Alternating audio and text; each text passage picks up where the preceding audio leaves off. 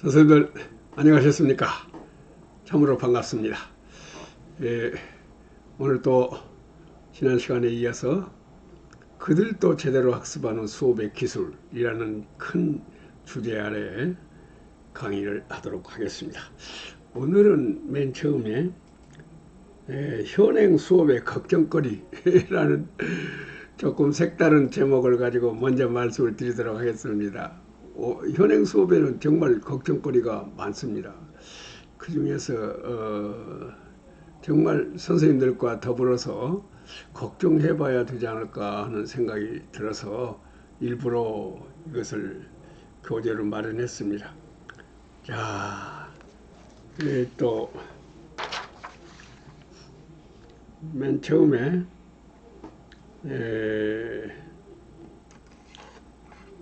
지적 장애가 없는 보통의 어린이들을 인생 낙오자로 만드는 3대 요인이 있다. 이거입니다. 이거는 제가 생각한 것인데 따라서 대단히 외람된 얘기가 될 수도 있겠습니다. 저 같은 사람이 감히 이런 말을 해서 될 것인가 하고 걱정은 됩니다만은 그래도 수업을 걱정하는 한 사람으로서 생각하고 있는 바가 있어서 말씀드린 데 대해서 선생님들 양해해 주시기 바랍니다. 먼저 그 3대 요인이라는 것은 세 가지인데 1학년에서는 무엇이냐 그러면 음독과 쓰기, 세마기, 2학년에서는 구법 암창, 3학년에서는 분수. 이것이 우리 어린이들을 이른바 비군으로 만들고 있는 세 가지 큰 요인이라고 저는 생각하고 있습니다. 1학년에서는 음독, 쓰기, 세마기. 그러니까 요 1학년이라고 하는 것은 이 세 가지만 제대로 가르치면은 될 것으로 생각합니다. 그래서 이것에 대해서 조금 구체적으로 말씀을 드려보겠습니다. 그러니까 1학년 때 만약에 음독을 제대로 못하고 쓰기를 제대로 못하고 덧셈, 뺄셈, 세마기를 제대로 못한다 그러면은 얘는 뭐 당연히 비군이겠죠. 근데 일단 이렇게 해서 1학년 때 이것을 제대로 학습하지 못한 채 2학년으로 올라갔다면은 2학년 선생님은 2학년 또 교재가 있지 않습니까? 교과서 있고 교재가 있고 그러니까 그걸 수업하느라고 1학년 때 결손이 나 있는 이 분야에 대해서 지도를 할 시간이 없다는 것이죠. 지도할 시간도 없고 여러 가지 조건이 맞지 않다 이것입니다. 그러니까 그 애는 그대로 놔둔 채 수업이 진행이 되는 데 따라서 얘는 결국은 2학년에서도 부실하고 2학년이 부실했으면 3학년에서는 더 부실하고 이렇게 해서 결국은 졸업할 때까지 비군으로서 그야말로 학교 생활을 참 눈물로 생활을 했다고 해도 과언이 아니고 6년 동안 눈물로 생활하고 결국은 졸업을 하게 될 것입니다. 그래서 1학년 담임이라고 하는 것은 저는 대단히 외람된 얘기입니다만은 이런 생각을 합니다.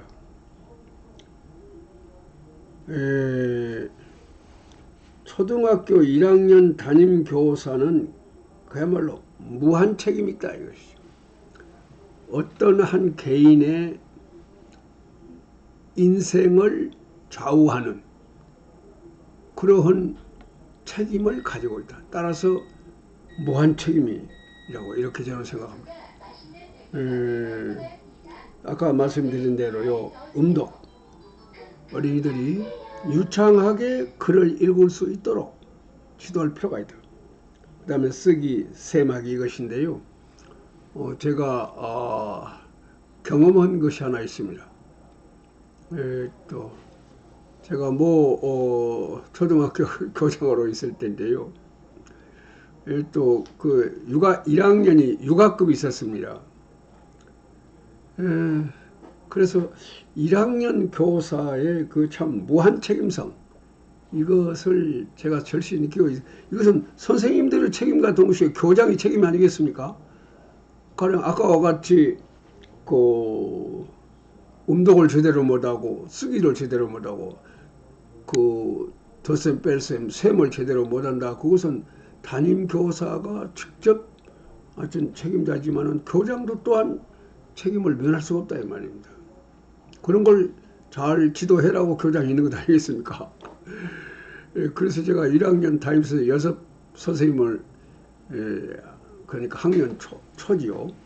어린이들이 입학하기 전에 입학식 전에 그 6분을 교양실에서 교양실을 모셔놓고 이 얘기를 했습니다.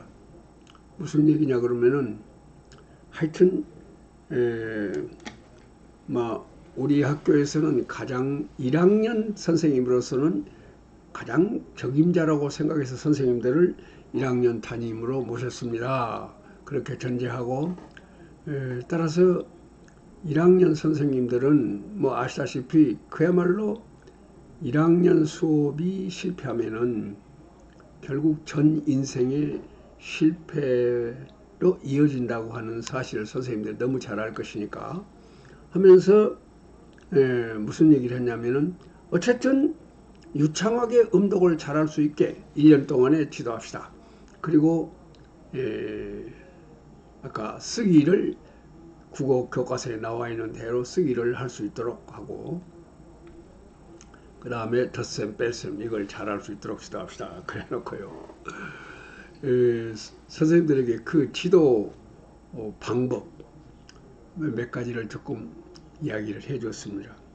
그리고 이제 그 도중에 군데에서 제가 간단하게 살피면서 또 선생님들에게 그 지도 방법 이런 것에 대해서 조금 말씀을 드리곤 했었습니다. 그러니까 선생님들 6분하고 저하고 같이 연구하고 지도를 했었죠.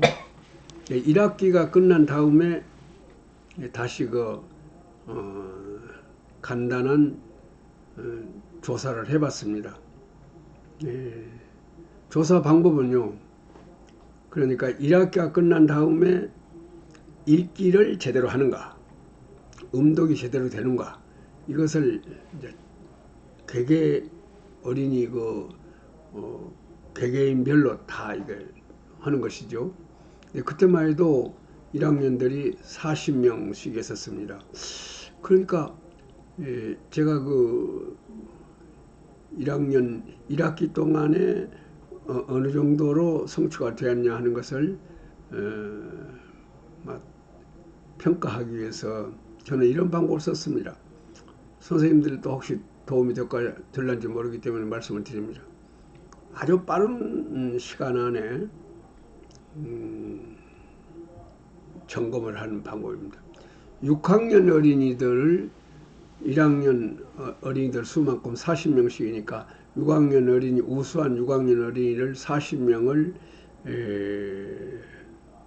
선발을 해가지고 이들에게 제가 테스트할 문제를 줬습니다.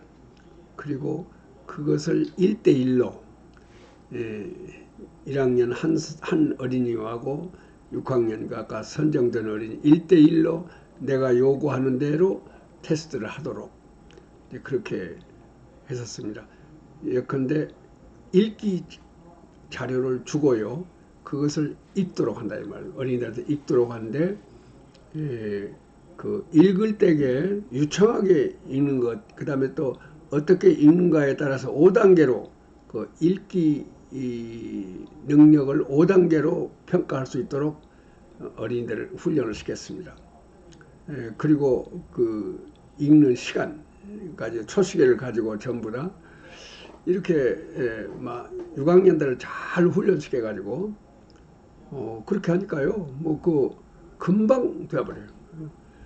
사실상 한 학급당 그 일을 하는데 20분 정도밖에 시간이 걸리지 않습니다. 1대1로 테스트를 잘 훈련된 6학년 어린이들이 테스트를 하니까요. 이런 식으로 해서 여섯 개 반을 다 해가지고 그 결과를 담임 선생님들한테 전부 다 주었습니다. 그렇게 해서 또 불완전한 어린이들이 있으니까 그 애들을 위해서 어떻게 지도할 것인가에 대해서 또 조금 지도 방법을 좀 얘기해 주고요. 그래가지고 1학년이 끝난 다음에 말하자면은 학년 말에 아까와 같은 그런 똑같은 방법으로 6학년 어린이들이 1대1로 평가를 했었습니다. 그런데 5개 반이 완전 통과했었습니다. 5개 반 완전 통과했는데 한 학급에서 3명 어린이가 읽기가 말하자면은 통과를 못했습니다. 그래서 그 담임 선생님한테 이 세 어린이가 이러니 이것을 남은 며칠 동안에 그러니까 1학년이 끝나려면은 이제 그때가 학년 말이니까 며칠 동안에 이 애들 지도를 해라. 그렇게 해서 내가 조금 얘기를 했습니다. 다른 반은 이렇게 해서 100% 다 통과가 됐는데 자네 반에서 3사람이 불합격이라고 하는 것은 이 애기가 지적 장애가 있는 애기들인가? 물어봤습니다. 그렇지 않다 이것입니다. 지적 장애가 없는데도 불구하고 그 애들은 못했다. 이것은 뭔가 지도에 문제가 있지 않는가 본다. 그러니 앞으로 남은 이 며칠 동안을 이용해서 이것을 지도를 좀 해라. 그렇게 해서 한 적이 있습니다. 근데 결국 그 세 어린이는 며칠 동안에는 다 할 수가 없었고 2학년에 가서도 계속적으로 지도를 해서 마침내 그 어린이들도 3월 달 안에 책을 다 유창하게 잘 읽을 수 있도록 한 적이 있습니다. 또 어쨌든 1학년이라고 하는 것은 이 읽기, 쓰기, 세마기 이것을 완전하게 학습을 시킨 다음에 2학년으로 진급시키는 것이 담임 선생님과 교장의 책임이라고 생각합니다. 만약에 아까도 말씀드려서 되풀이됩니다만은 1학년 때 뭔가 결손이 있으면은요 2학년 선생님들이 그 아기를 지도해 주시면 좋지만은 2학년 어린이들 지도하느라고 그 아기에 대해서 그 어린이에 대해서 지도할 만한 그런 여유가 없다 이렇게 생각하기 쉽습니다.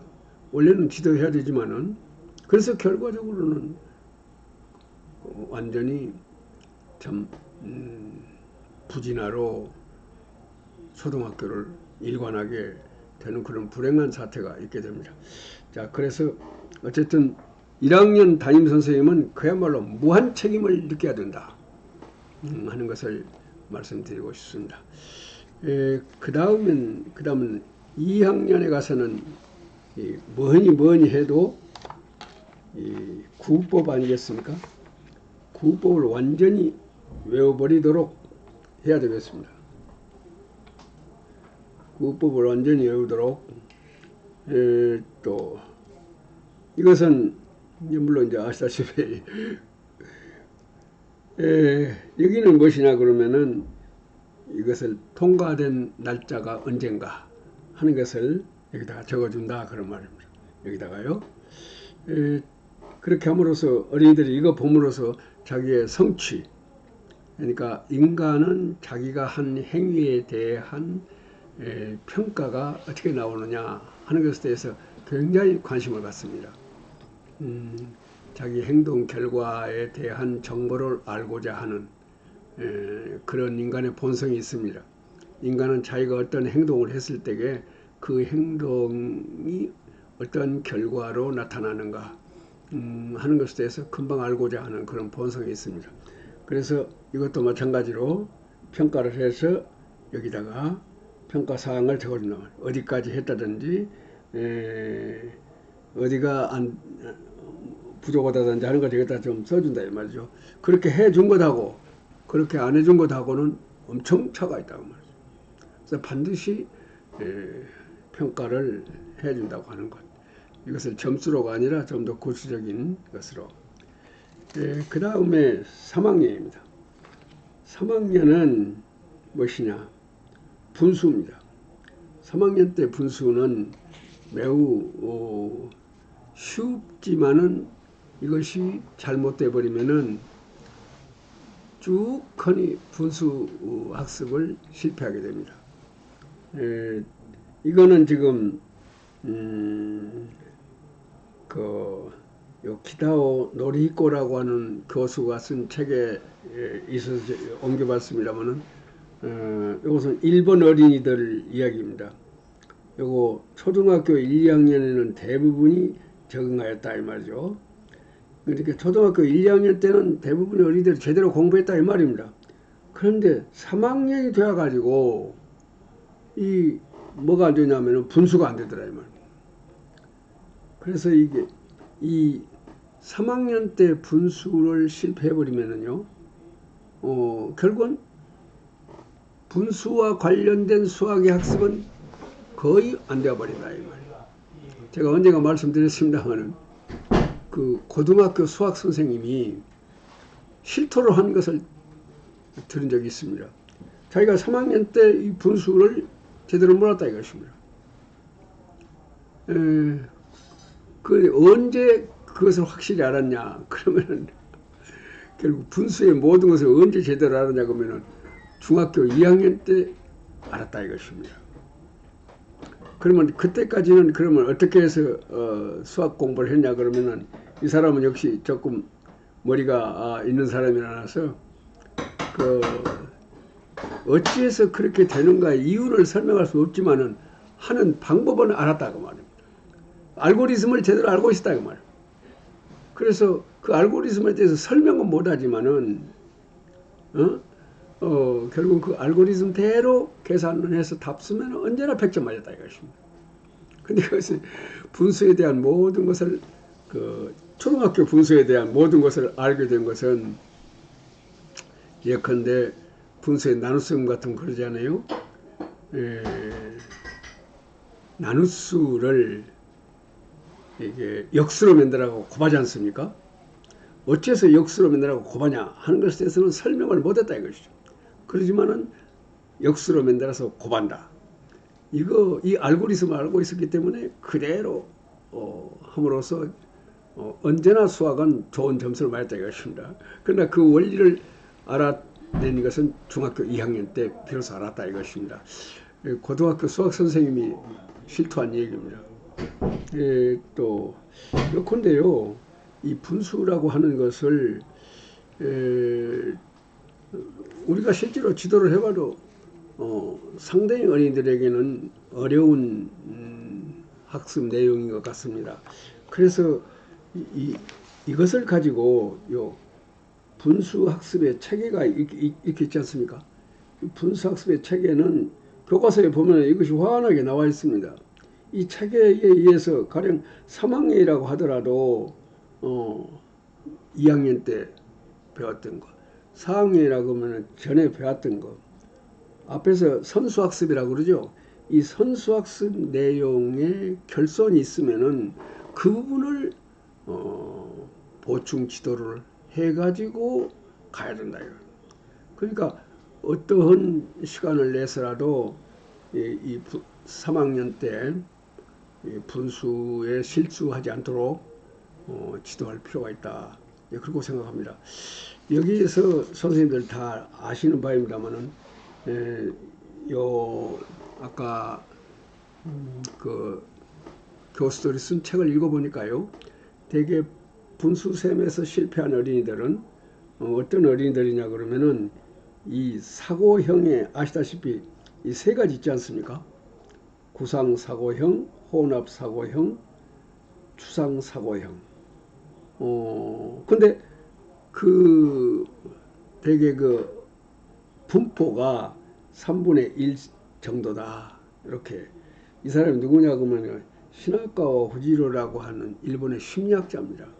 이 심리학자가 쓴 책을 보니까 이렇게 구상사고형, 혼합사고형, 추상사고형 각각 어린이들의 3분의 1 정도가 이렇게 분포되어 있다.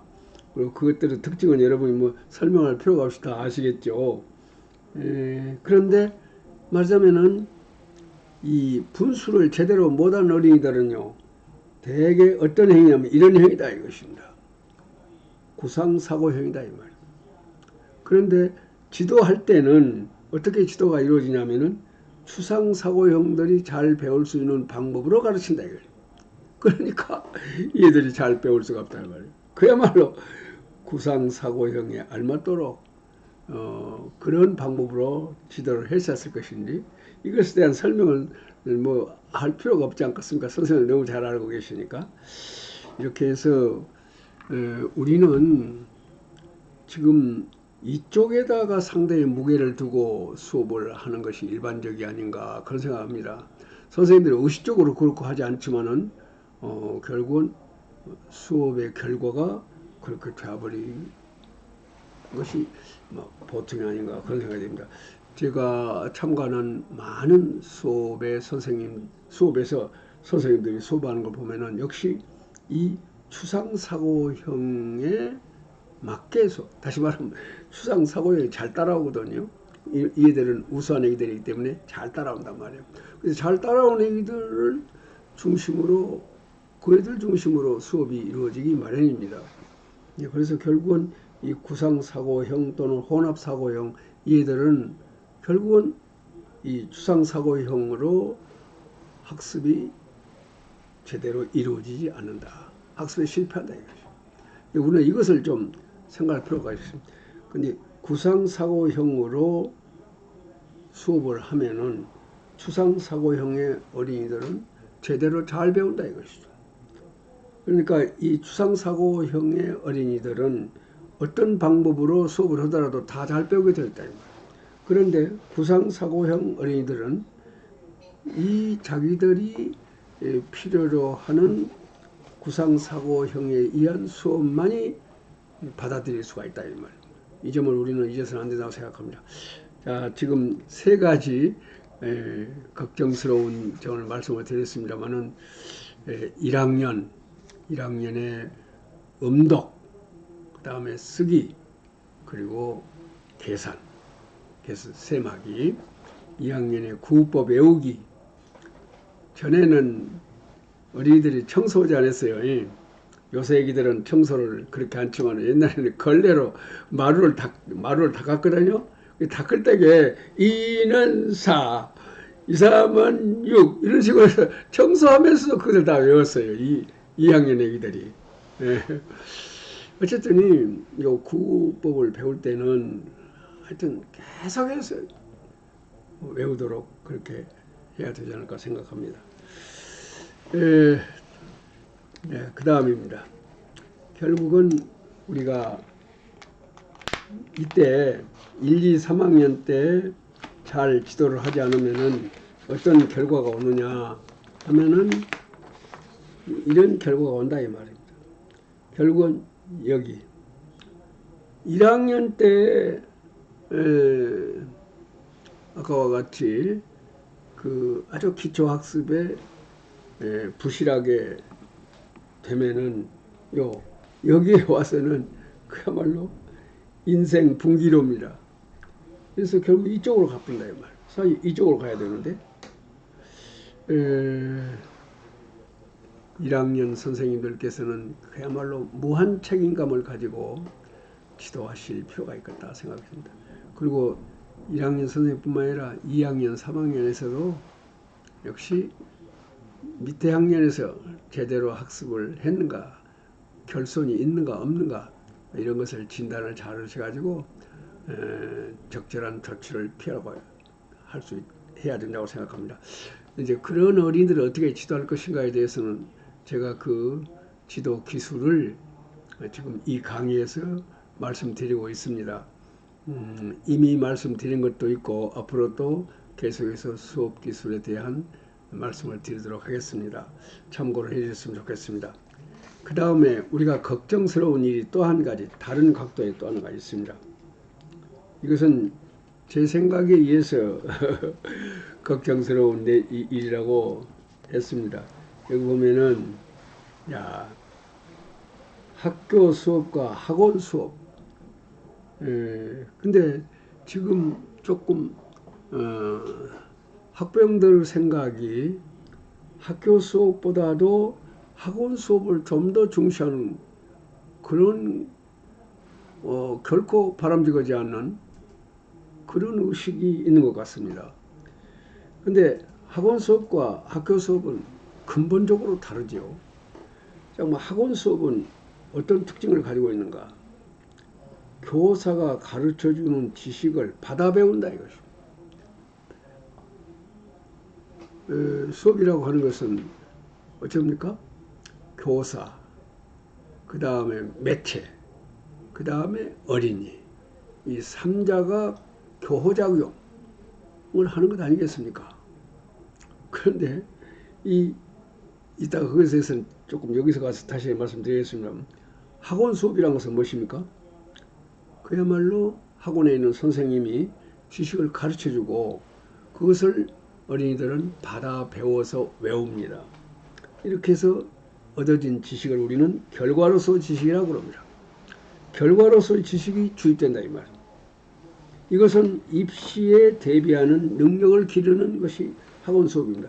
그럼 학원 수업의 문제점이 무엇이냐? 수업의 최종 목표는 무엇입니까? 사고력 기르는 것입니다. 그리고 사고력이라는 것은 학습자 각자가 사고함으로써 많이 길러지는 능력입니다. 학원에 가 있는 어린이들이 사고할까요? 사고할 수가 없습니다. 준 것을 그대로 받아 배우면 됩니다. 그리고 그것을 외우면 됩니다. 이것은 사고력과는 거의 관계가 없습니다. 그래서 사고력이 길러지지 않습니다. 사고해서 그 문제를 자기가 가지고 있는 지식이나 상식이나 경험 이러한 것들을 종합적으로 활용해서 이마로 저마로 생각해서 그 문제를 해결해야 되는데 이 문제를 학습자가 해결한 것이 아니라 선생님이 해결해서 그대로 가르쳐주는 것 아니겠습니까? 그래서 그것을 잘 외운단 말이에요. 외워서 마지막 평가에 점수를 많이 맞으면 된다 이것이죠. 평가에는 그것을 그 근거를 설명해라고 하는 것이 안 나오고 그냥 단마디 들었으면 되니까 받아 배운 지식을 외우고 있다가 그대로 쓰면 된다 이 말입니다. 근데 지금은요 이렇게 받아 배운 지식이라고 하는 것은 문제를 해결함에 있어서 거의 완전히 쓸모가 없다 하는 것이 교수학자들의 말입니다. 지금 우리가 가르치고 있는 어린이들은요 6학년 기준으로 하면은 앞으로 한 15년 정도 후이면은 그야말로 무엇입니까? 힘의 논리만이 지배하는 아주 정글과 같은 그런 사회라고 하지 않습니까? 힘없는 자는 넘어지기 마련이다 이 말이에요. 그때 힘이란 것이 뭐냐면 사고력이라 이 말이에요. 이 사고력이 있어야 그야말로 크고 작은 문제가 물결처럼 부단히 밀려오고 그 한복판에서 그것을 홀로 해결하면서 살아가야 된다 이 말이죠. 그때 무엇이 필요하냐 그러면 사고력이 필요하다 이거죠. 그러므로 사고력을 초등학교 때부터서 각급 학교에서 길러가야 된다. 그런데 만약에 학원과 같이 수업이 이루어진다면은 사고력이 길러지지 않으려고 지식만 외우게 된다. 외운 지식은 별로 쓸모가 없답니다. 하지만 학원에서와 같이 가르쳐준 지식을 받아서 외운 지식이라고 하는 것은요. 이 다음에 문제를 해결할 때에 어느 정도 그 지식이 쓰이느냐. 여러분이 아시다시피 문제를 해결하기 위해서는 지식이 필요하다 이 말이에요. 그런데 그 지식이 받아 배운 지식은 거의 쓸모가 없다. 그럼 얼마나 쓸모가 있냐면은 95%밖에 쓸모가 없답니다. 95% 쓸모없다 이것이. 그래서 학원과 같이 학교 교육이 이루어지면 큰일이다 이것이. 개인으로서도 그러하지만은요, 국가적으로 봐서도 국제 경쟁이 안 되지요. 결국은. 자, 그래서 그러면 학교 수업은 무엇이냐? 학교 수업은 교사와 이웃과 더불어 찾아 배운다. 아까는 받아 배운 지식이었었는데 찾아 배운 지식이다 그 말입니다. 누구하고 같이? 선생님과 그 다음에 우리 반 친구들, 우리 반 이웃들과 더불어서 그야말로 집단학습 과정이라 그 말입니다. 그 집단학습 과정 속에서 실컷 사고한다 이런 말. 좀 더 이것에 대해서 설명을 해야만 되겠습니다만은 다음 강의에서도 설명할 시간이 있기 때문에 여기서는 구체적인 얘기는 안 드리겠습니다만은 어쨌든 수업이라고 하는 것은 시작해서 끝날 때까지 계속해서 사고하는 일련의 과정 아니겠습니까? 선생님이 문제를 제시하면 그 문제를 해결하기 위해서 일단은 자기 나름으로 해결해서 자기 나름으로 해답을 마련합니다. 그 다음에 마련한 각자의 생각을 모두 다 내놓고 그야말로 이웃과 더불어서 생각하는 것이죠. 이것에 대해서 또 좀 더 자세한 것은 지금까지 말씀을 드렸고 또 앞으로도 계속해서 말씀을 드리게 될 것입니다만 어쨌든 이렇게 해서 학교에서는 결국은 아까 같이 받아 배운 지식이 아니라 선생님과 이웃들과 함께 찾아 배운 지식, 찾아서 획득한 지식. 이렇게 찾는 과정 속에서 어쩌겠습니까? 땀 뻘뻘 흘리고 지적으로 고뇌하고 탐구적으로 모색하는 과정이 있지 않겠어요? 그 과정 속에서 뭐가 이루어지고 있어? 사고가 이루어진다. 사고력이 길러진다 이 말이죠. 동시에 탐구력이 길러진다 이 말이죠. 그러니까 좁은 의미의 사고력, 그 다음에 지식, 그 다음에 탐구력. 이렇게 해서 사고력과 지식과 탐구력, 이것이 오늘날 사고력이라고도 말을 하고 또는 문제 해결력이라고도 말한다 이 말. 문제를 해결할 때는 해결하기 위해서는 그러한 말하자면 지식과 탐구력이 필요하기 때문에 자 그래서 학교에서는 학원과 같이 수업을 안 하는 이유가 바로 사고력을 기르기 위해서 그렇게 하는 것 아니겠습니까? 다시 말하면 아까 말씀드린 대로 문제가 제시되면 그 문제를 해결하기 위해서 이모로 저모로 생각을 해서 자기 나름의 생각을 마련하고 자기 나름의 생각을 마련했으면 그것을 모두가 다 전원이 동시에 발표를 한단 말이에요. 동시에 발표를 함과 동시에 그러면 어떤 것이 생기냐면 이웃들의 생각이 눈에 보인단 말이에요. 나는 A라고 생각했는데 이웃들은 B라고도 생각하고 C라고 생각하고 막 여러 가지로 생각을 하고 있으니까 B라는 생각하고 내 A라는 생각을 관련적으로 비교 사고한다 이런 거예요.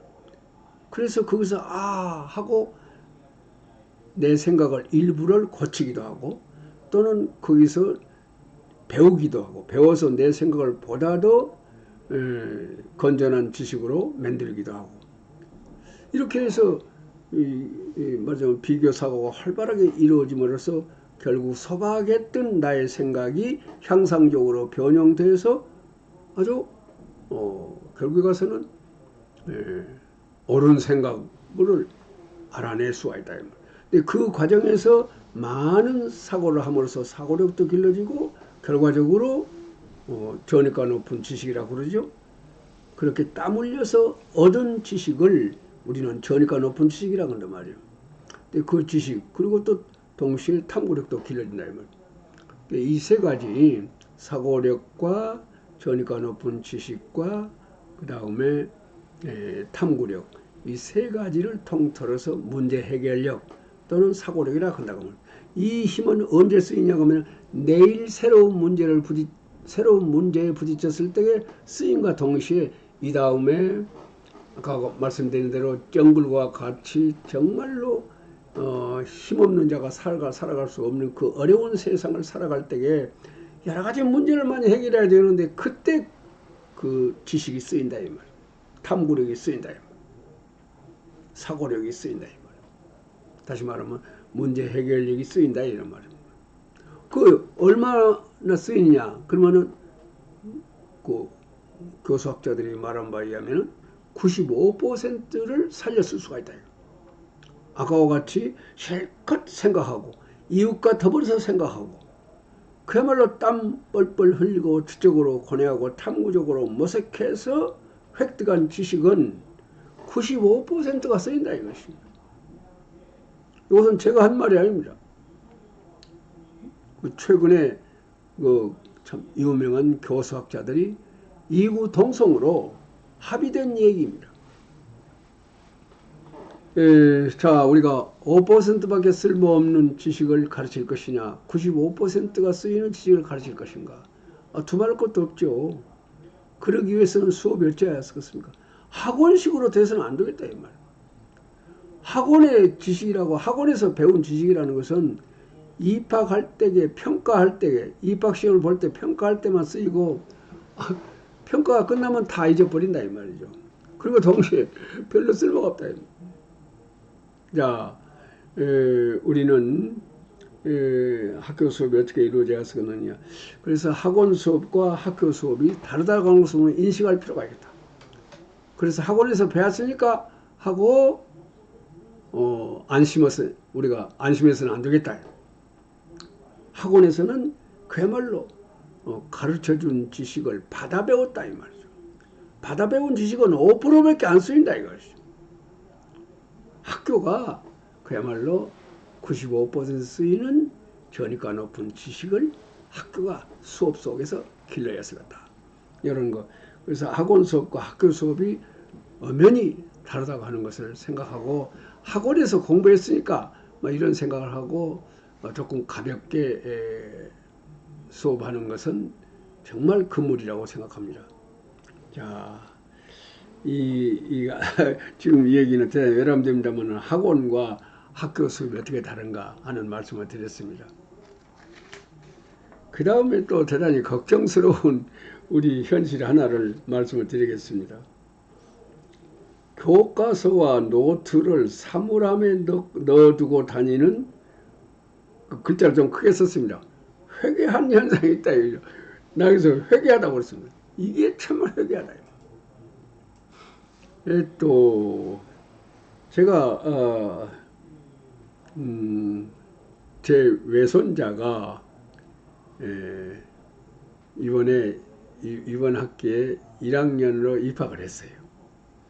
그래서 저하고는 조금 거리가 그 애하고 저하고 사는 곳이 달라서 조금 멀리 서로 떨어져서 살고 있습니다. 그래서 이제 입학을 했기 때문에 한 2달 정도 돼서, 그러니까 한 5월 달인가 제가 갔어요. 가서 어떻게 공부하고 있느냐 그래서 책 좀 갖고 와봐라. 이게 책이 없다 그래요. 어째 책이 없냐. 그러니까 학교에다 놓고 다닌다 이것이. 학교 사물함 속에가 책이 있다 이 말입니다. 교과서 안 가지고 다닌다 이것이. 제가 깜짝 놀랐습니다. 교과서를 세상에 안 가지고 다닌다니. 사물함은 교과서 놔두는 곳입니까? 아니죠. 그래서 제가 참 회개한 현상도 다 있다 이거 생각했습니다. 그리고요, 나는 그 학급만 그러는 것인 줄 알았는데, 그래서 내가 관심이 가기 때문에 제 집 둘레에 초등학교가 있습니다. 그래서 그 초등학교 하교 등교 때 1학년 어린이들한테 물어봤어요. 이 가방 속에 책이 들어있냐? 그러니까 아니요, 학교가 있어요. 근데 말이야, 여기도 그러더라 이 말입니다.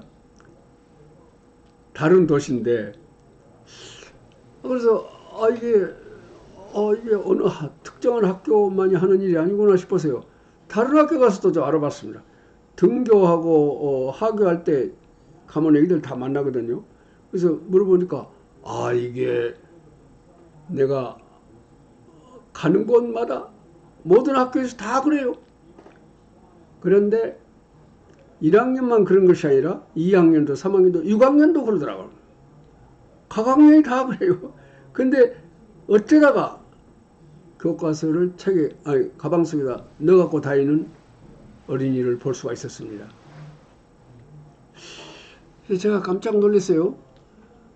그래서 모 도에 제가 잘 알고 있는 교감 선생님이 있어서 그 교감 선생님이 전화를 했습니다. 내 주변에 있는 학교가 이런 현상이 있는데 그쪽은 어쩌냐. 그러니까 내 잘 모르겠는데 알아보겠다고 말입니다. 그래서 그 다음날 전화가 왔는데 거기도 큰다 그러셔요. 사물함 속에다가 그걸 넣고 있다고요. 제가 깜짝 놀라버렸습니다. 그래서 이것저것을 알아보니까 이것이 거의 전국적인 현상인 것 같습니다. 그래 참 이거야말로 회개한 일이다 이것이죠. 한번 제가 이게 정리해 놓은 것을 읽어보겠습니다. 교과서는 전문가들에 의하여 만들어진 표준적인 학습서이다 이 말. 따라서 가정에서의 학습도 교과서에 의해서 이루어져야 쓴다 이 말. 가정학습을 돕는 조력자 어머니 아버지들이 가정학습을 돕지 않겠어요? 교과서의 내용을 알므로써 지도를 제대로 할 수 있다 이거죠. 따라서 교과서는 가정학습 지도의 필수의 도구이다 이 말. 그런데 그 교과서가 없으니 1학년 어린이들이 지금 학교에서 무엇을 배운 줄을 알 수가 없단 말이에요. 어머니 아버지가 알 방법이 없죠. 그러니 그대로 어떻게 가르치겠습니까? 이것은 나중에 제가 조사를 통해서 안 일인데요. 지금 학교에서는 10 이하, 10이 안 되는 2 더하기 3 이렇게 답이 9 이하로 나오는 그 덧셈을 배우고 있다 이것이죠. 그런데 집에서는 뭐 가르치냐면 받아올림이 있는 셈을 가르치고 있어요. 어째서 그랬을까요? 그 어머니 아버지들이 진도가 어디가 나가 있으며 어떻게 학교에서 가르치는 방법도 모르고 진도도 모르고 하니까 그냥 자기들이 알고 있는 상식대로 가르치는 것이죠. 학교에서는 10 이하에 10이 안 되는 수를 가르치고 있는데 가정에서 막 받아올림이 있는 덧셈을 가르치고 있으니 그 얘기가 어떻게 되겠습니까?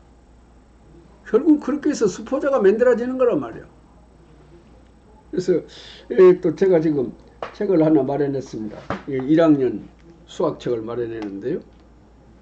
지금 이걸 보면은 이렇게 여러분이 너무 잘 알다시피 실물을 가지고 그러니까 구체물을 가지고 하고 그 다음에는 반구체물로 하고 뭐 그림으로도 하고 여러 가지를 하고 있지 않습니까? 그렇게 해서 수 개념을 확실하게 확립시키기 한 다음에 숫자로 가지고 덧셈 뺄셈을 가르친다 이 말. 이거 보십시오. 무궁화의 수를 알아봅시다. 이렇게 되어 있습니다. 그리고 여기가 4개가 있으니까 4개 무궁화 그리고요. 여기 4개 있으니 4개 무궁화 그리고 여기다 이렇게 해서 여기다 무궁화 이제 5개를 그리고 그 다음에 또 무엇입니까? 그리고 이런 식으로 해서 다 이렇게 하게 되어 있단 말이에요. 이렇게. 여기도 이거 그림으로 다 되어 있단 말이에요. 그런데 이 교과서를 학교에다 두니까 엄마들 이거 알겠습니까? 그러니까 숫자부터 가르친단 말이죠. 그래서 수 개념이 형성이 되지 않으므로 나중에 가서 어려운 덧셈, 뺄셈, 나누기, 곱셈 뭐 이런 걸 안 준다 이 말이에요. 어머니들이 이것을 보면은 아하 이렇게 그림으로 가지고 지도하는구나, 이런 순서로 지도하고 있구나, 학교에서 지금 여기까지 가르치고 있구나 이거 생각하고 그렇게 지도를 할 것 아니겠습니까? 이것이 어디까지나 표준적인 학습서라고 말입니다. 근데 이것을 학교가 가정으로 안 보내고 사물함에다가 넣어놓고 있다고 하니 그렇게 답답할 수가 어디가 있겠습니까? 가령 국어 공부만 하더라도 여기 보는 가령 이렇게 이런 식으로 이 정도의 크기로 이 네모에 딱 맞게 이렇게 이게 표준이 이렇게 있습니다. 이것을 여기다가 이대로 옮겨 쓰도록 이렇게 지도해야 되지 않겠습니까? 근데 어머니들이 이것을 모르니까, 교과서 없으니까 이걸 모르니까 어쩌겠습니까? 당신들 아는 대로 지도를 갖고 다니겠습니까? 이래서 교과서는 1학년을 예를 들었습니다마는 어찌 1학년 뿐이겠습니까? 그리고 어린이들이 집에 와서 복습을 하고 예습을 해야 할 것인데 교과서도 없고 노트도 없으면 어떻게 복습하고 예습하겠습니까? 이렇게 해괴한 일이 어디가 있겠습니까? 근데 이것이 지금 버젓이 이루어지고 있다 이것이죠. 나는 그 선생님한테 편지를 했습니다. 교과서라는 것은 그런 것으로 나는 생각이 된다. 그러니 선처를 바란다. 그랬더니 내가 편지 보낸 뒤에 편지 받아보시고 선생님께서 교과서를 가방에다 넣어서 보냈다고 합니다. 나중에 제가 이제 도대체 어째서 교과서를 안 갖고 다닌가 하고 물어보니까 이것이 모든 사람한테 안 물어봐놔서 내가 확실한 것은 모르겠습니다만 어떤 사람이 그래요. 어떤 선생님이 가방이 무겁다 이것입니다. 그러니까 가볍게 하기 위해서 막 그렇게 한다 이런 얘기인데 그러한 수준밖에 안 되는가요? 우리 선생님들이? 정말 회개한 일입니다. 이것은 당장 고쳐야 되지 않을까 이런 생각합니다. 또 참으로 한심스러운 일입니다마는 우리의 현실이니까 정말 걱정이 안 될 수가 없습니다.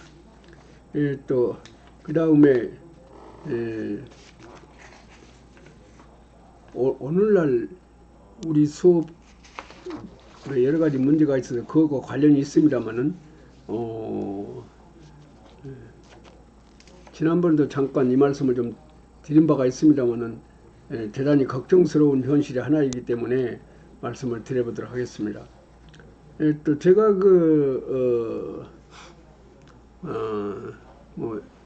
여러 학교에서 저를 불러 주셨기 때문에 가서 수업도 하고 강의도 하고 그랬었습니다만은 그때 수업을 했을 때에 수업한 학급에는요 제가 담임 선생님에게 국어와 수학 두 교과를 기준으로 해서 어린이들 각자의 학력을 상중하로 표시를 좀 해주라. 좌석표를 만들어 가지고 이것이 어느 반이 준 우리 반 좌석표라고 해서 이 반에서 제가 이게 시범 수업을 보이기 위해서 만들었던 좌석표입니다. 이렇게 해서 상중하로 표시가 되어 있습니다. 이런 표시가 되어 있습니다. 그러니까 어린이들이 봐도 얼른 봐도 혹시 어린이들 보이도 않습니다만은 혹시 볼 경우를 생각해서 이렇게 표를 했기 때문에 무엇인지 잘 모르지요. 어쨌든 이렇게 해가지고 제가 수업을 할 때에 참고로 하고 그럽니다만은 어쨌든 말입니다. 이것을 제가 좀 통계를 내봤습니다. 통계를 내본 것이 많이는 안 내보고 지금 약 15학급 321명 경우를 조사를 해봤어요. 상중하 국어와 수학에 한해서 선생님들이 상중하에 엄격한 그런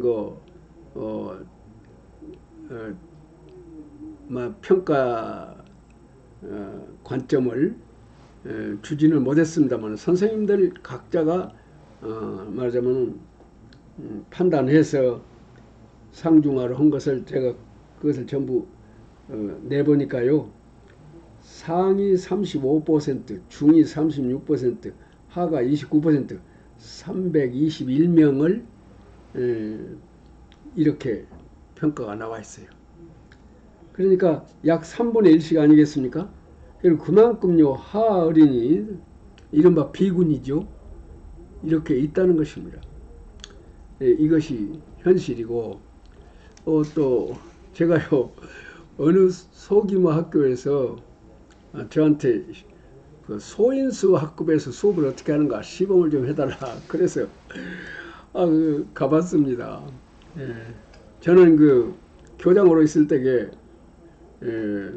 퇴임할 때는 또 아주 소규모 학교 6학급의 소규모 학급 아동수가 10명 내외인 그런 학교에서 제가 근무를 하다가 퇴임을 했습니다.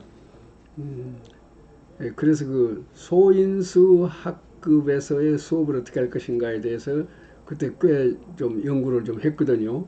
이제 그것을 어떻게 그 학교 교장 선생님 알아가지고 당신이 그 소인수 학급 수업을 여러 가지로 연구한 사람이라면서 알고 있다. 그러니 와서 좀 수업을 시범하고 선생님들에게 그 수업 기술에 대해서 강의 좀 해달라. 그래서 이제 제가 갔습니다. 가가지고 이제 그 수업을 하는데 어린이들 수가 5명이에요. 5명. 그래서 아까와 같이 이 5명을 국어, 수학을 중심으로 해서 상중하로 평가를 해달라. 그랬습니다. 선생님들 5명이니까 어떻겠습니까? 상중할 때 5명이니까 애들 수가 5명밖에 되니까 상이 나오는 이 정상이라고 하면 정상 아니겠습니까? 근데 놀라웠게도 어떻게 나왔냐 그러면요. 이렇게 2대 2대 1로 나왔어요. 그러니까 이게 비율로 말하면 40대 40대 20이란 말이죠. 이건 참 놀라운 일이죠.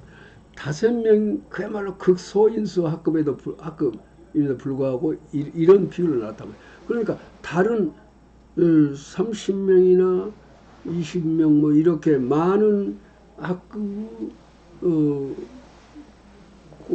비율하고 똑같지 않습니까? 그러니까 애들 수가 많으나 적으나 똑같은 비율로 나온다 이것입니다. 이것은 무엇을 의미할까요? 이것은 하나도 놀라운 일도 아닙니다. 그렇게 나올 수밖에 없도록 되어 있습니다. 이것과 관련해서요, 제가 이게 이 부름이 실시한 8년간 추적한 종단적 연구 결과에 대해서 말씀을 드려보겠습니다. 이 부름이 어떻게 했냐면은 초등학교 어린이, 그러니까 3학년 어린이 400명. 근데 그 400명이 100명씩 이렇게 4등급으로 되어 있단 말이에요. 그러니까 1등급 100명, 그러니까 제일 우수한 애기들. 그 다음에 2등급 100명, 3등급 100명, 4등급 100명. 4등급이라는 것은 제일로 낮은 수준의 어린이들이죠. 4등급. 이렇게 해서 각각 100명씩 4등급 어린이들이 이제 초등학교를 마치고 중학교 마치고 고등학교 이제 다닐 때에 그러니까 8년 뒤죠. 어떻게 변하고 있는가를 조사해 본 것입니다. 근데 대단히 놀라운 결과가 나와 있습니다. 그러니까 초등학교 3학년 때 1, 2, 3등급 각각 100명씩 그 애들이 8년 뒤에 과연 고등학교 때 과연 어디에 있겠는가 이걸 본 것입니다. 그런데 대단히 놀라운 결과가 나와 있습니다. 이 부름이 조사한 것입니다. 뭐가 나왔냐 그러면은 여기 보면은 1등급 어린이가 고등학교 2학년에서 1등급에 속해 있었다. 3학년 때 1등급 어린이는 고등학교 2학년에서 8년 뒤에도 역시 1등급. 그 다음에 2등급 어린이 100명은 역시 그대로 2등급에 속해 있더라고. 근데 이 애들 왜 죽었습니까? 한 학교에 다 진학했겠습니까? 아니죠. 초등학교 때 이 400명들은 지금 고등학교 때는 어쩌겠습니까? 여러 학교에 분산되어 있겠죠. 근데 그 분산되어 있는 그 학교, 그 학급 위치가 1등급은 그대로 1등급이더라고 말이에요. 3학년 때 1등급은 그대로 2등급이더라고 말이에요. 이것으로 봐서 지금 뭐시겠습니까? 3학년 어린이가 앞으로 8년 후에 어떻게 수업할 것인가를 거의 정확하게 예언할 수가 있다고 말이죠. 그렇겠습니까? 이대로라면은. 그 다음에 3등급은 어쩌겠습니까? 3등급은 거의 그대로 있는데 일부가 4등급으로 더 내려갔더라 이것입니다. 그 다음에 4등급 어린이들은 3학년 때 4등급 어린이들 어쩌냐고 하면은 그 중에 일부가 3등급으로 올라갔다 이거예요. 그러니까 결국 변화가 어디가 있었냐면은 3학년 때 3등급 어린이들이 고등학교 2학년 때 4등급으로 일부가 내려갔고 나머지는 그대로 있고 4등급도 마찬가지로 3학년 때 4등급은 거의 대부분 다 일부가 3등급으로 올라갔다. 여기만 일부가 변화가 있고 1등급, 2등급은 똑같더라. 이것이 브룸의 연구의 결과입니다. 자, 지금 아까 제가 잠깐 말씀드렸습니다만은 그 2대 2대 1 이것이 그 학년만 그럴까요? 그때 제가 했던 가령 4학년 때 그랬다면 4학년 때만 그러고 5학년 때는 달라지겠습니까? 요 브룸의 8년 연구하고 만약에 결과가 같다면 어쩌겠습니까? 그런데 거의 2대 2대 1 그 비율은 아까 제가 시범 수업했던 그 비율은 학년이 올라가도 또 학년이 올라가도 똑같을 것이다 그 말이에요.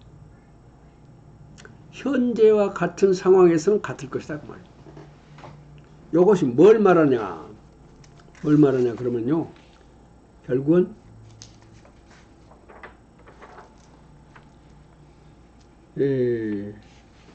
지금 이것이 요인이라고 나는 생각합니다. 교사의 본의와는 무관하게 교사의 본의가 그런 거 아니에요. 근데 결과적으로 수업을 해놓고 보니까 잘 따라오는 어린이들 대상으로 수업이 이루어졌다 이 말이에요. 선생님이 일부러 잘 따라오는 어린이들 대상으로 해서 수업한 거 아니에요. 전원이 다 잘 따라오도록, 전원이 다 잘 배우도록 가르치고 있는데 결과적으로는 일부 우수한 애기들, 잘 따라온 어린이들 중심으로 수업이 결과적으로 그렇게 되어버렸다 이것이죠. 그래서 일부 애기들만 잘 배우고 나머지 어린이들은 비군으로 그야말로 제자리 걸음하고 있더라 이 말입니다. 이것은 뭘 얘기하냐면은 바로 이것입니다. 방법이 같으니까 결과도 같다 이것입니다. 그러니까 아까 브룸의 연구에서도요, 초등학교 3학년 때 수업의 방법이나 고등학교 2학년 때 수업의 방법이 같으니까 결과가 똑같아요. 방법이 같으면 결과가 똑같아. 그러니까 아까 5명 학급에서도 2대 2대 1로 나오는 것은 결국 아까와 같이 우수한 애기들을 대상으로 해서 이루어지는 수업에서는요, 언제나 반드시 그 결과가 나올 수밖에 없다 이것이.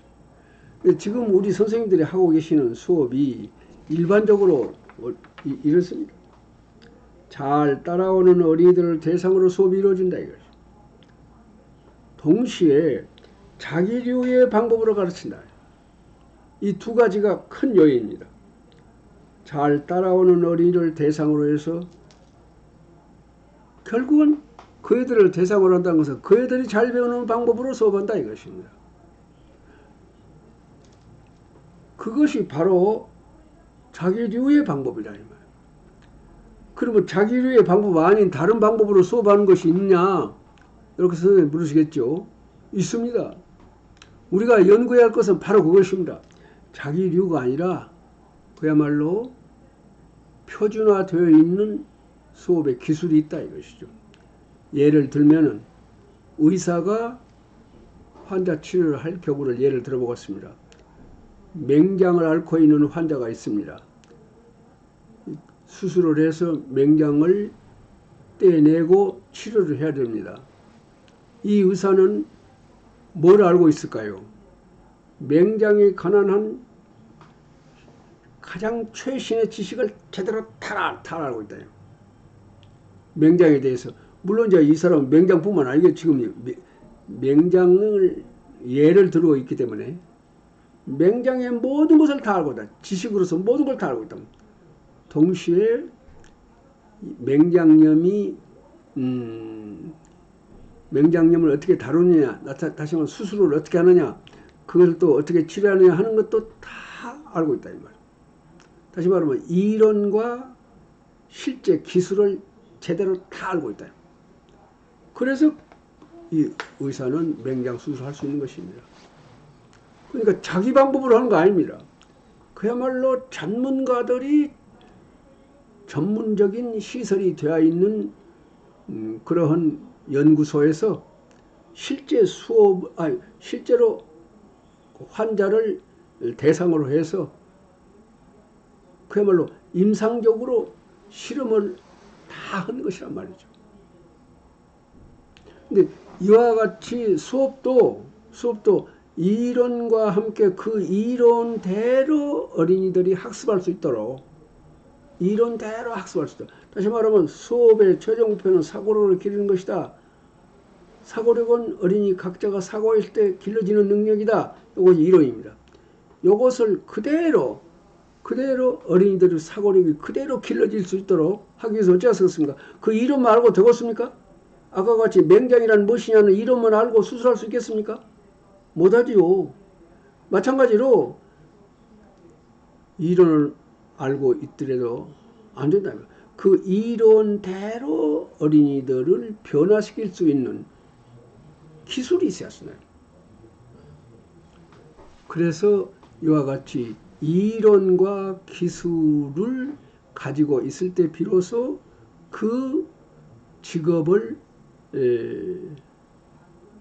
직업에서 전문가라고 말할 수 있다 하는 이런 직업을 전문직이라고 그러지 않습니까? 자, 어쨌든 지금 우리는 전문직임에도 불구하고 전문직답지 않게 수업하고 있는 현실이 있다고 하는 것을 알 필요가 있습니다. 이것은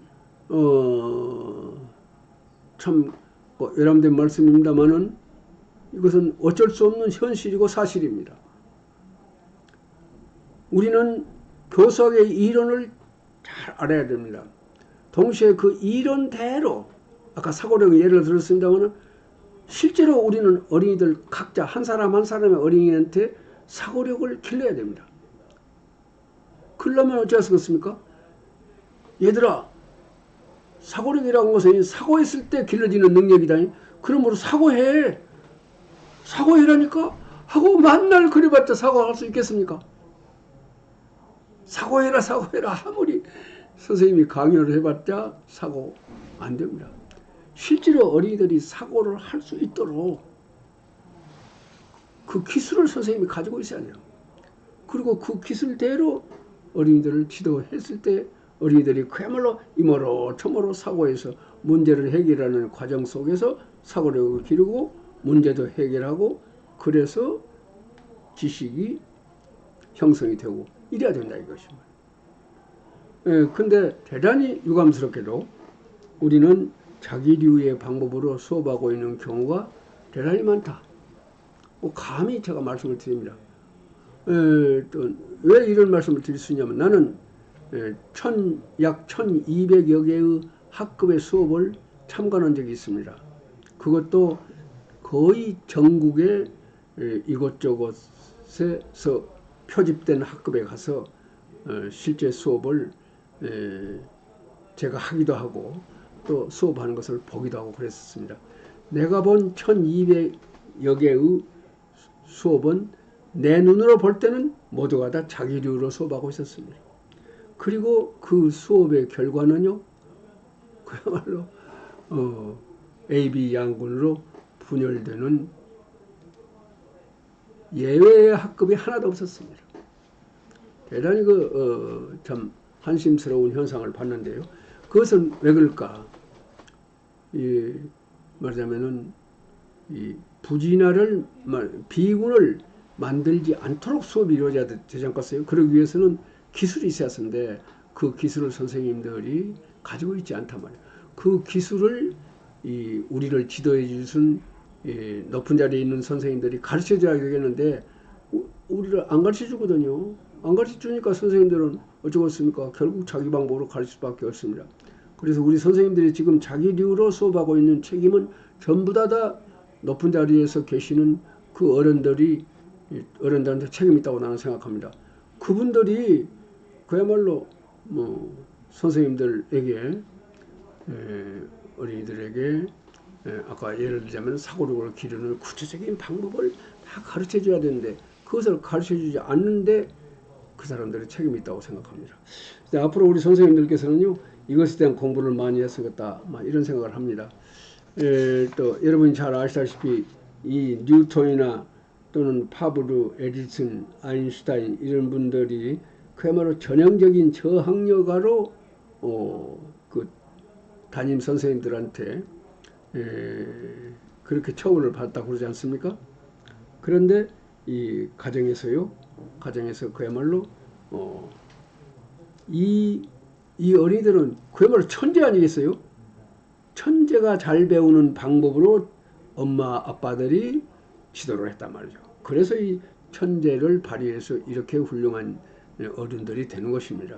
근데 학교 선생님들은 그야말로 자기류의 방법으로 가르치느라고 우수한 애기들이 잘 따라 배우는 방법으로 가르치느라고 이애들이 잘 배우는 이애들하고 해서 미안합니다. 이 어른들이 잘 배우는 이분들이 어렸을 때에 잘 배우는 방법으로 가르치는 방법을 몰랐다 이 말이죠. 그래서 그냥 막 천치다 뭐냐 했고 이분들을 제대로 가르치지 못했다 이런 말입니다. 자, 어쨌든 우리들은 이 자기류의 방법으로의 수업을 우선은 할 수가 없지만은 이것을 얼른 제대로 된 표준화된 수업의 기술을 선생님들이 공부해 하셔가지고 그야말로 아까와 같이 걱정스러운 일이 없도록 수업을 해야 되지 않을까 이런 생각합니다. 이 시간에는 대단히 외람된 얘기를 많이 했습니다. 사실 제 나름대로는요 대단히 걱정스러워서 이런 말씀을 드렸습니다. 참고로 해주시기를 바랍니다. 이 시간 공부는 이것으로 마치겠습니다. 선생님 수고 많이 하셨습니다. 감사합니다.